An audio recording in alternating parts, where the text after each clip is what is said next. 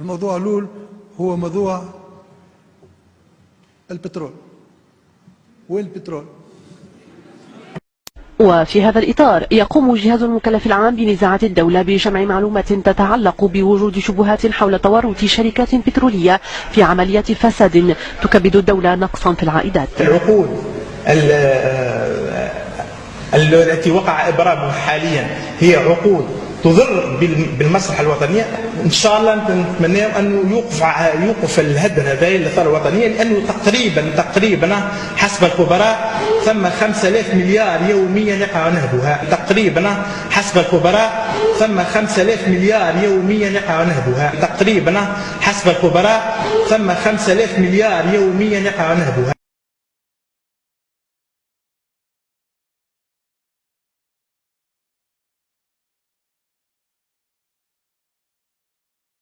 كل المؤشرات في الروج، معناها في الأحمر، مع أن حتى قطاع الفوق إلا قطاع واحد هو قطاع الفوسفات ومشتقاته، لأنه ثم قطاع آخر ديما في الأخضر وأخضر على الآخر، وقال الآخر فلوريسون، فهمتني، هو قطاع الطاقة لكن مش داخل البلاد.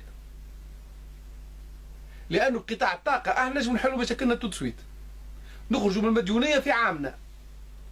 القطاع الثاني اللي الدولة ما تحبش تمشي له. دقيقة سي عبد بس كيفاش قطاع الطاقة فقط نجموا نحلوا مشاكلنا هذه؟ نعطيك أنا أمثلة صغيرة للأخ. أي خلي يعرف. هاي يا سيدي، قالوا آخر مرة على بير صغيرون فيها 4800 بريل جور.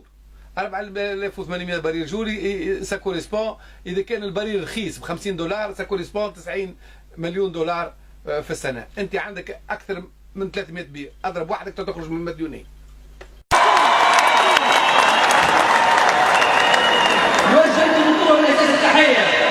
لأنه إذا كان اليوم تم النصر، وإذا اليوم تم حكومة تونس، وإذا اليوم تونس صار الحزب الأول، وإذا كان رئيس الجمهورية هو الأستاذ الجيش قال السدسي، تحيا تونس، تحيا بالفوز، تحيا بالفوز.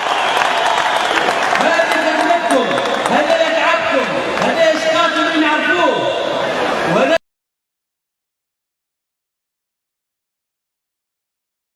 متاع انه تم سرقات للبترول والغاز، بالنسبه لي انا صفر اثبات، صفر وجود، حتى اليوم نهار من نهارات نلقاو حاجه. واللي عندنا ماهوش ناس خصيصين، احنا ناس خبراء، واحد معدي عمره في البترول والاخر معدي عمره معناها في البحث وكذا، ومحامين ورجال